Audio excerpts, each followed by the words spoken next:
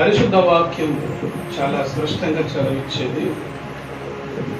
మీరు మెలకుగా ఉండుడి, నిలకడగా ఉండుడి, మీ విశ్వాసమును మీరు కాపాడుకొనుడి.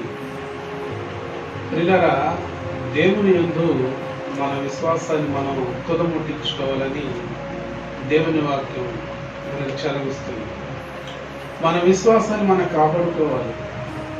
మన విశ్వాసం చాలా విలువైనది కనుక మన విశ్వాసాన్ని మనం కాపాడుకోవాలి, అంతవరకు కాపాడుకోవాలి. ఎందుకంటే మన విశ్వాసం అనేది మన తుదవరకు కనిపించుకునే విధానంలో ఉండాలి. ప్రభుకి వాక్యం చదివిస్తుంది ఈ రీతిగా నువ్వు ఎలా జీవించాలనేది దేవుని వాక్యం మనకి చక్కగా తెలియపరుస్తున్నాడు. పరిశుద్ధాత్మ దేవుడు మనకి తెలియపరిస్తే ప్రతి మర్మము చాలా విలువైన మర్మాలు, చాలా విలువైన విధానాలు అవి తెలుసుకున్న మరో దినమనే మనం రక్షింపబడతాం. అవి మన హృదయంలో ముద్రించినప్పుడు మనం స్థిరంగా ఉంటాం, బలంగా ఉండగలుగుతాం. శోధన వచ్చినా, వ్యాధి వచ్చినా, బాధ వచ్చినా, ఏమి వచ్చినా కూడా చాలా మనం తట్టుకోగలుగుతాం. మనం తట్టుకోవాలంటే మొదట వాక్యాన్ని వినాలి. వాక్యం సరైన ఆ జీవితం అనే అనుభవం మనకు ఉండాలి. వాళ్ళకి తెలియకపోతే తెలియపరచుటకు ప్రయత్నం చేయాలి. మనకు తెలియదు అనుకోండి, దాన్ని తెలుసుకుంటానికి ప్రయత్నం చేయాలి. హల్లెలూయా, హల్లెలూయా, దానికి మహిమ కలుగునమాట. ఇది జ్ఞాపకం చేసుకోవాలి. వాక్యముని మనం వింటూ కాదని దాన్ని విని అనుసరించాలి. అనుసరించినప్పుడు ఇటువంటి తుఫాన్లు వచ్చినా మనం బాధపడం. ఆ వాక్యం అనుభవం లేకపోతే ప్రతి దానికి భయపడతాం, ప్రతి దానికి బాధపడతాం, ప్రతి దానికి దిగులు పడతాం. ఆ వాక్యమైన అనుభవంలో ఉంటే ప్రతి విషయంలో లోబడి ఉంటాం. ఆ వాక్యం మన కోపం, దేశం, పగ, కసి, అసూయ, ఇవన్నీ ఈ లోక ఆచారం, ఈ లోక ఆలోచనలు ఇవన్నీ ఆగార్చేస్తుంది అన్నమాట వాక్యం. ఆ వాక్యం ద్వారా అనసపడబడుతుంది. అప్పుడు మనం దేవుని వాక్యం కలిగిన మనం ఏ విషయమైనా మనం భయపడం, బాధపడం. నష్టం వచ్చినా బాధపడం, లాభం వచ్చినా బాధపడం, ఏ విధంగా వచ్చినా బాధపడం. కనుక మనలో మనం ఏం చేస్తాం? కాపాడుకుంటాం. కనుక నేను వాక్యం మళ్ళీ చదవండి దయచేసి. మెలకుగా ఉండుడి, విశ్వాసమందు నిలకడగా ఉండండి. మెలకుగా ఉండండి, మీ విశ్వాసమందు మీరు నిలకడగా ఉండండి. మెలకు అంటే వాక్యం అని మెలకుగా ఉండాలి.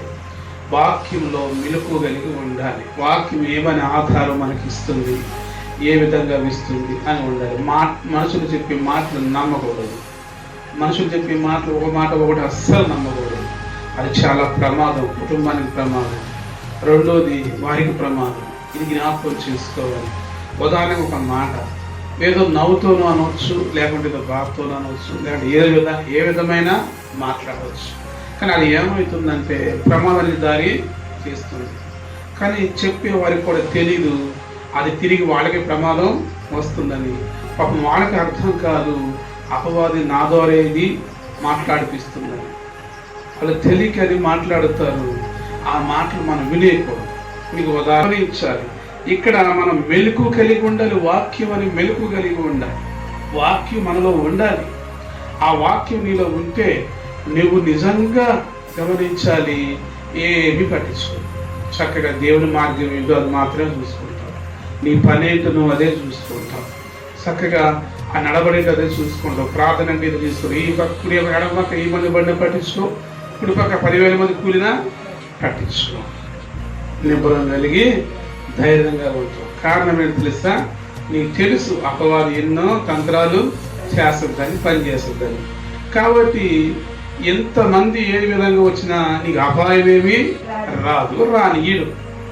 కనుక ముందు నువ్వు మెలుగు కలిగి ప్రార్థన చేయాలి కదా, వాక్యమైన విధానంలో నడవాలి కదా, వాక్యసారమైన జీవితాలు నీలో కావాలి కదా. అప్పుడు దేవుడు నీకు తోడై ఉంటాడు. హల్లెలూయా. గమనించాలి, ప్రతి విషయాల్లో దేవుడు చూసి చూడగా పోయేవాడు కాడు. ఆనాటి కాలంలో చూసి చూడగా పోయేవాడు అంట. ఇప్పుడు అట్లా కాదండి. దేనికి స్తోత్రం. కనుకని మలకీలో అంటున్నాడు, ఇదిగో నీ వాకుట నిలబడి ఆయన మీరు ఒకరితో ఒకరు చెప్పుకునే సంగతులన్నీ ఆయన వింటున్నాడు అంటున్నాడు. ఆయన వింటున్నాడంట. ప్రభువులకు ప్రభు, రాజులకు రాజు, రారాజు మన ప్రభు. అటువంటి ప్రభు పరిపూర్ణంగా మన దగ్గర వింటూ ఉన్నాడు కాబట్టి హల్లెలూయా గమనించాలి. చాలా మంది తెలియదు ఆ బిడ్డలో ఎంత బాధపడుతుంటారు. అండ్ ఆ బాధపడ్డప్పుడు చాలా బాధ వేస్తుంది.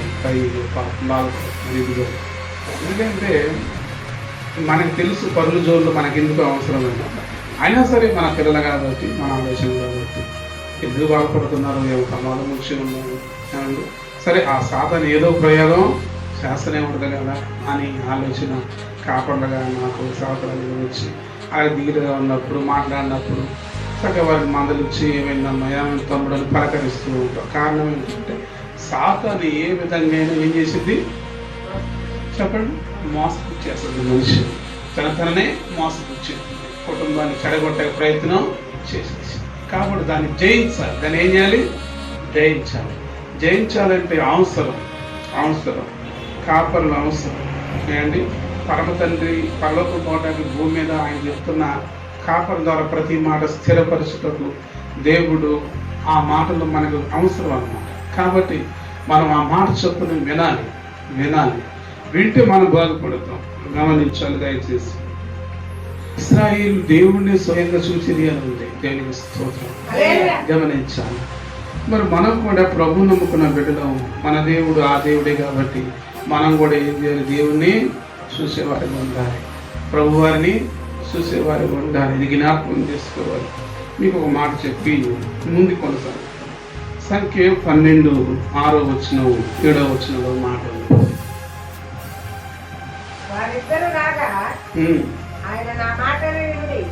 వారిద్దరూ రాగా నా మాటలు వినుడి, మీలో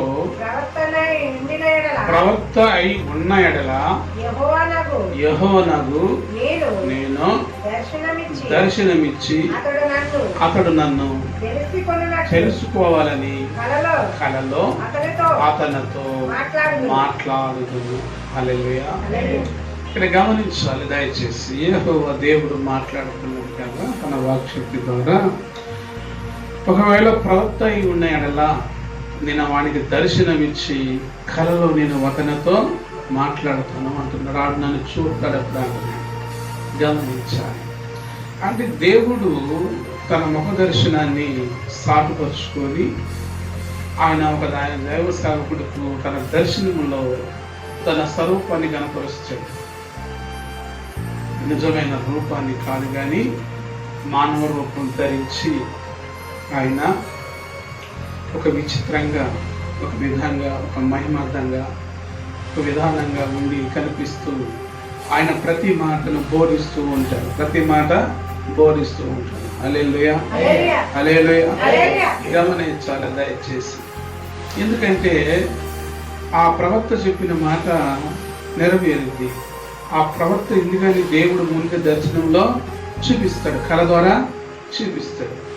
ఆ కళ అంటున్నాడు ఇర్మియా గ్రంథంలో మనం చూస్తే అది వారానికైనా, నెలకైనా, సంవత్సరానికైనా, 2 సంవత్సరాలైనా స్థిరపడుతుందంట. అంటే జరక్క మాందన్నాడు, జరిగే తీరిది అన్నాడు. రాకుండే ఉండాలి కాపరికి. అది వచ్చిందంటే ఏమండి అది జరిగి తీరుద్ది. కాబట్టి దయచేసి ప్రార్థన పరులే మనం జీవించాలి. చక్కగా తెలియపరుస్తున్నప్పుడు మన పైన దాని సందేశాలు వస్తున్నప్పుడు అది కాపరి తెలియపరుస్తున్నప్పుడు వినాలి. మనిషి అనేది వినాలి. వినకపోతే మనిషికి ప్రమాదం. ఎందుకు ప్రమాదం అంటే ఆ మనుషుడు ఆత్మీయంగా చనిపోతాడు, శారీరకంగా చనిపోతాడు. 2 విధాలుగా చనిపోతారు. ఒకళ్ళు ఎన్నారనుకోండి బ్రతుకుతారు, ఆత్మీయంగా బతుకుతారు, శారీరకంగా బతుకుతారు. పిల్లలు కూడా 2 విధాలుగా చనిపోతారు, వీటి 2 విధాలుగా బ్రతుకుతారు. కాబట్టి దేవుని వాక్యం నీ ఎద్దుకు వస్తుందంటే ఆయన మహాకృపను బట్టి, సర్వశక్తిని ఆయన దీవెన బట్టి నీ ఎద్దుకు నా ఎద్దుకు వస్తుంది. కనుకనే దేవుని వాక్యము మనం వినాలి. దేవునికి స్తోత్రం. ఏం చేయాలి? మనం వినాలి. ఎందుకంటే కాపర్లో మా చెప్పినా, ఎలా చెప్పినా, ఒంటరిగా చెప్పినా, 2-3 ఉన్నప్పుడు చెప్పినా, అలా చెప్పినప్పుడు కొంత అర్థం చేసుకోవాలి. ఎందుకంటే ఇలాగ ఎందుకు పిలిచి ఏదో ఉండే ఉంటుంది మనం నీటి కాదు, కానీ దానికి అంత పరిశుద్ధతగా ఆలోచించుకొని అండి అది ఎంతో దేవుడు కృపను బట్టి నాకు ఈ జాగ్రత్తలు చెప్పుకున్నారేమో అని అర్థం చేసుకోవాలి. ఎందుకు వీళ్ళు ప్రశ్న వేయకూడదండి. ఆ ప్రశ్నలో అనవసరం, వాదమైన ప్రశ్నలో వేయకూడదు. చెప్పింది మనం చెయ్యాలి అంతే. హల్లెలూయా. చదవండి. నా సేవకుడైన మోషే అటివాడు కాడు, అతడు నా ఇల్లంతటిలో నమ్మకస్తుడు. హల్లెలూయా. మోషే ఆయనకంటే ఇల్లంతటిలో నమ్మకస్తుడు, అటువంటి వాడు కాడు. ఆయనతో ముఖాముఖిగా మాట్లాడుదును అంటున్నాడు. ముఖాముఖిగా మాట్లాడుతాడంట ప్రభువా. గమనించండి, నీతో నాతో దేవుడు చక్కగా ముఖాముఖిగా ప్రభువారు మాట్లాడతారు. ఇది జ్ఞాపకం చేసుకుని నేను మూడో భాగములతో కాక దర్శనం ఇచ్చి ముఖాముఖిగా అని చూడండి. గోడ భావంతో కాదని దర్శనం ఇచ్చి ముఖాముఖిగా డైరెక్ట్ మాట్లాడతాను. మన దర్శనం వచ్చి అదేమో ఇప్పుడు వచ్చి 10 రోజులు అవుతుంది. చెప్పాను నేను నాయన, చెప్పాను ఎవరితో, ఎర్రాజు బాబు, నీవు నేను ఆమోసు దేనా పాస్టర్లు గారు ఇంకా కుమారి గారు లేక ఉన్నారు, సంఘం అంతా ఉన్నారు అక్కడ. అయితే కాడ కూర్చొని ఉన్నాం. దేని కాడ కూర్చొని ఉంటే కింద పక్కేసావు, పక్క కింద పాము ఉంది. దిగ్గని లేసావు, మెదులుతుంది ఏంటనని లేస్తే పాము అది.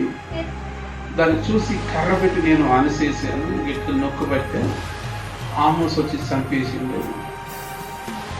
ఇలాగ దర్శనం వచ్చింది, నీకు ప్రమాదం ఉంది జాగ్రత్త అన్నాడు. నీకు ప్రమాదం అనేది ఉంది జాగ్రత్త చెప్పాను. చెప్తే ఒకవేళ భార్య ద్వారా ప్రమాదం రావచ్చు, ఏ విధంగా అయినా ప్రమాదం రావచ్చు, భర్త వలన కలవచ్చు. కాబట్టి విశ్వాసం నిలకడగా ఉంటే అపవాదిని జయించే శక్తి వస్తుంది. ఆ విశ్వాసం లేనప్పుడు, ఆ విశ్వాసం ఏంటి అర్థం ఏం తెలుసా? అవిశ్వాసాన్ని అర్థం తెలియాలంటే ఒక్కటే మార్గం, రెండోది ఏమీ లేదండి. మీరు తెలుసా, ఆయన విశ్రాంతి దినం, ఆయన నిలబడకపోయిన పండుగ, ఆయన ప్రార్థన పెడితే తనకల్లా ఎల్లకపోయి పోవటమే విశ్వాసం. అది అందులో వాళ్ళ ఆత్మ ఉండదు, ఆత్మ లేదనమాట. లేదు కాబట్టి అందులో పాలు పొందరు వాళ్ళు. వినపడుతుందండి. ఆత్మ స్వరూపులు ఏం చేస్తారంటే వాక్యానుసారంగా జీవించి ఆ వాక్యాన్ని విని భయపడి ఆయన పనిలో ముందుంటారు, సమస్త వదిలేస్తారు. వారు పరిశుద్ధాత్మ పనిజరుగుతుందని అర్థం. హల్లెలూయా. ఇది జ్ఞాపకం తీసుకో అంటే సరేలే అన్నారు. అసలు ఆ ప్రార్థన పెట్టేద్దాం, 2 రోజులు ఉపవాస ప్రార్థన అక్కడ పెడితే బాగుంటుంది, లేకపోతే సాతాన్ని జయించే విధానం లేదు వారు అని చెప్పి ఆలోచన వచ్చింది. ఫోన్ చేసిన నేను, ఫోన్ చేసి చెప్పిన తర్వాత పోయిన బుధవారం సాయంత్రం వెళ్ళి కనపడుతుంది. బాబు ప్రార్థన పెడదాం రా, ప్రార్థన రా అన్నాను. అంటే ఆయన అన్నాడు, ఆమె దిగొచ్చింది, పైన కింద దిగొచ్చి ప్రార్థన పెడతానంటే పైన చుట్టాలు వచ్చారు అన్నయ్య గారు, అక్కడ ఉన్నారు, పెళ్ళి అయింది కదా, కాబట్టి సాయంత్రం ఇవన్నీ సర్లే అమ్మ వెళ్ళిపోయిన తర్వాత చక్కగా అప్పుడే ఆ సాయంత్రమే ఆ రాత్రి పూట నేను వచ్చేసిన తర్వాత మనలిచ్చి వచ్చిన తర్వాత ఇక్కడ ప్రార్థన పెట్టడానికి ఆయన మేడ ఎక్కి కింద పడ్డాడు. పైనుంచి కింద పడ్డాడు.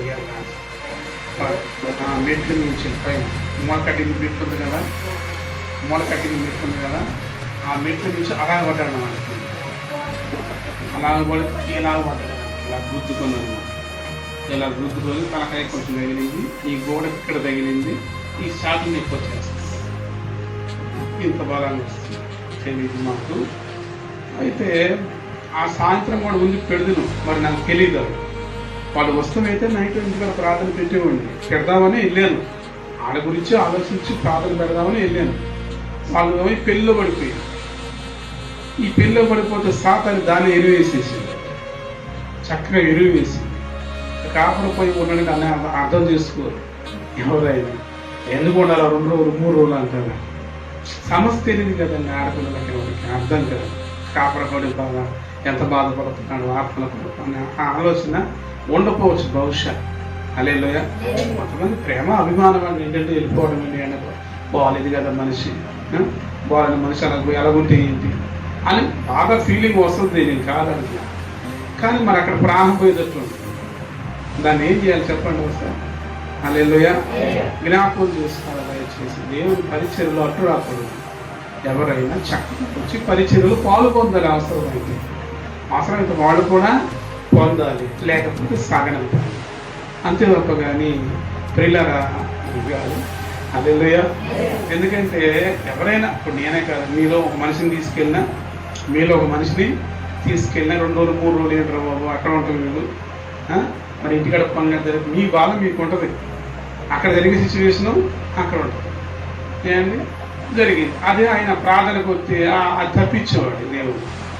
చూడండి, సరే ప్రార్థన చేసి మేమందరం ఒకేనా మేమందరం మామూలు కూడా ప్రార్థన చేసి సాతాను కొంచెంలో దేవుడు తప్పించేసి ఇంకా పడ్డగా తగిలితే ఇద్దరు తిరిగిపోతారు కదా.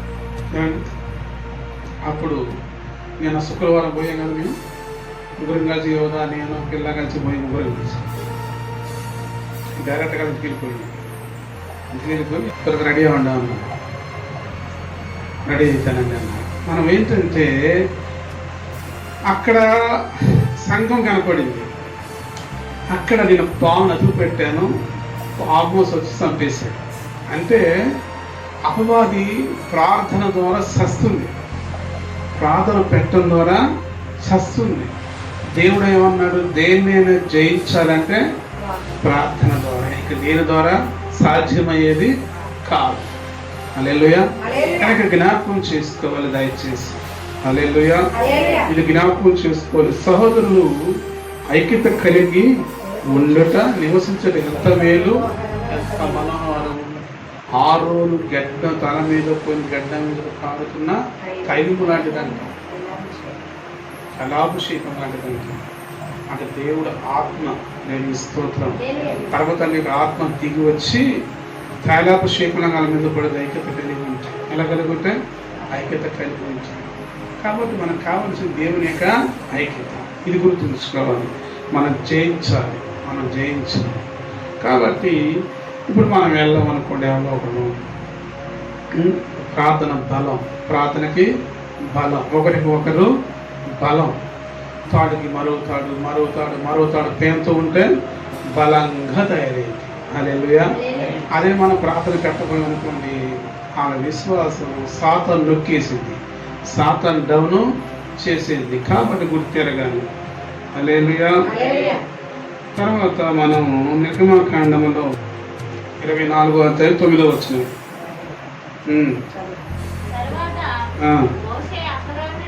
మోషే అహరోనును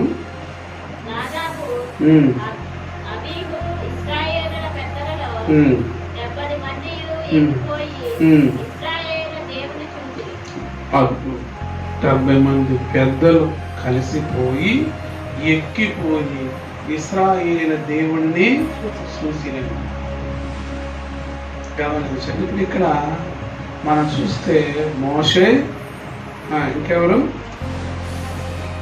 అహరోను, నాదాము, అబీహూదు, ఇశ్రాయేలు పెద్దలు 70 మంది పోయి ఒక్కసారి మళ్ళీ ఇశ్రాయేలు దేవుని చూశారు. అంటే ఈయనైనా మోషే కదా, అలా కూడా కనపడాలని అర్థం ఇస్తుంది అక్కడ. స్తోత్రం.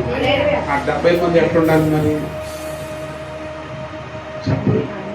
దేవునికి అన్ని విషయాలు లోపడ్డారా లేదా? నమ్మకంగా ఉండి లోబడితేనే వాళ్ళు కూడా చోటుకెళ్ళి ఆయన దర్శనం కలిగింది, ఆ దైవ దర్శనం కలిగింది. ఆయన లోబడక నమ్మకస్తు లేకపోతే ఆ దైవ దర్శనం మనకి బోధపడదు. దీనికి స్తోత్రం. కనుక నేను గమనించాలి, దేవుడిని చూస్తున్నామంటే మనకు కూడా దేవుని ఆశీర్వాదాలు ఉండాలి. ప్రభు భయం మనకు ఉండాలి. ప్రభు పిలుపు మనకు ఉంది కాబట్టి, నడవడం ఉంది కాబట్టి విశ్వాసాన్ని తదువరకు మనం ఏం చేసుకోవాలంటన్నా కాపాడుకోవాలండి. ముఖ్యంగా కాపాడుకోవాలి. తర్వాత మనం చూస్తే నిర్గమకాండంలో 33వ అధ్యాయం 21వ వచనం, 33, 21, 22 వరకు. యెహోవా ఇదిగో నా సమీపమున ఒక స్థలం ఉన్నది, నువ్వు ఆ బండ మీద నిలబడి నా మహిమ నేను దాటి ఎలుచుండగా ఆ బండ సందులు నిన్ను గురించి నెల్లు వరకు. ఇక్కడ చూడండి, ఇక్కడ అంటే కప్పిన మోషి గారు చూడలేకపోయినట్టు మనకి తెలుస్తుంది. కానీ అక్కడ 70 మంది ప్లస్ 4 కలిసి చూసినట్టుగా రాయబడుతుంది, కలిసి చూసినట్టుగా రాయబడుతుంది. మోషే చూసినాడు, మొదట పొదను చూశాడు, మాత్రం పొదనే చూశాడు, మండుతున్న పొదనే చూశాడు. ప్రభా నేను మాట్లాడుతున్నాను కదా, నీది కూడా చూడని ఆశ ఉందంటే వద్దు నాయన చూడలేవు అంటాడు, చూసి బతకడా అంటాడు. కానీ ఇక్కడ మనం చూస్తే మోషే చూసి పాపం ఆశ ఉంది కానీ ఆశ నెరవేర్చాలి తండ్రి అనుకున్నాడు కానీ ఆ కాంతి మహిమకు చూడలేకపోయాడు, వెనక భాగాన్ని చూడలేకపోయాడు. వెనక భాగం అందులో మళ్ళీ బండ పెట్టి ఆ బండి మళ్ళీ దేవుడి 2 ఏళ్ళు వెనకాల అడ్డుగా పెట్టుకున్న ఆ తేజస్కి బండ తగిలి మోష వెనక తిరిగి పెట్టిపోయాడు, చూడలేకపోయాడు. గమనించాడు, అంత తేజోమయుడు ప్రభు.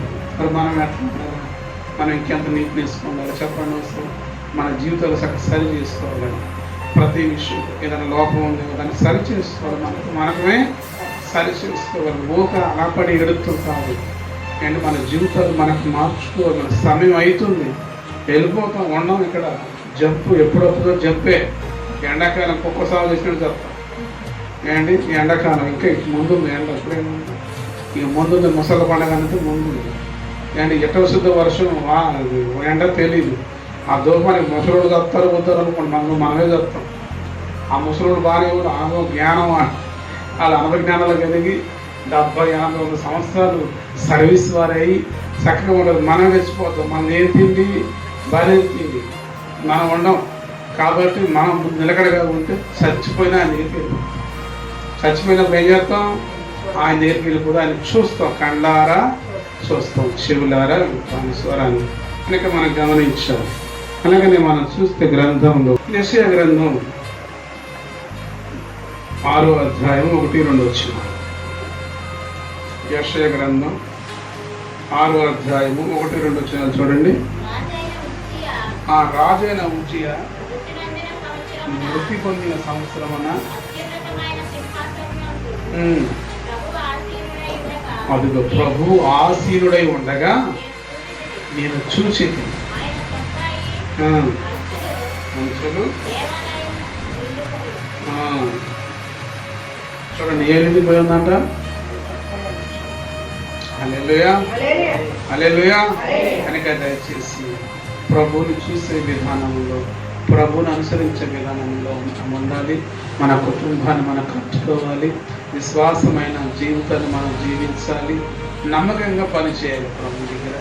మన ఇంట్లో మన నమ్మకంగా ఉండాలి, ప్రభు దగ్గర నమ్మకంగా ఉండాలి. మన పనిలో నాణ్యత ఉండాలి, మన మాటల నాణ్యత ఉండాలి, మన బాటల నాణ్యత ఉండాలి. ఇవన్నీ కలిసి ఉండాలి.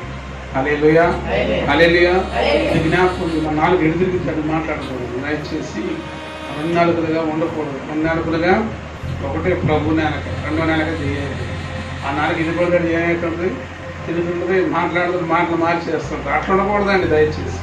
ఆయనకు అనుకూలమైన జీవితాలు మనం ఉంటే మన ప్రభు తోడే ఉన్నాడు, మన విడవడు, ఎడబాసేవాడు కానే కాదు. కనుక నింబరం కలిగి ధైర్యంగా ఉండు, జడీకు భయపడకు అన్నాడు ప్రభు. నేను మీతో మోషికి ఉన్నట్టు నేను మీతో కూడా ఉన్నాను అన్నాడు. ఆయన తోడుండగా మనం ఏ ఆయుధం ఏమీ చేయలేదు, ఏ దురాత్మ ఏమి మనల్ని చేయలేదు, ఏ సాతాను మనల్ని ఏమీ చేయలేదు. నమ్మకమైన మంచి పోరాటం పోరాడాలి. మన పరుగుని కడ ముట్టించుకోవాలి. మన కొరకు ఆడవారని దేవుడు ఇచ్చిన సర్వంగ కౌశంతో పాటు జీవ కిరీటం కూడా ఉంది. అది మనం సంపాదించుకున్న దేవుడు ఆశపడుతున్నాడు. ప్రభు వారి కొద్ది మాటలు దీవించున్నాడు. ఆమె ప్రార్థన చేస్తున్నాం.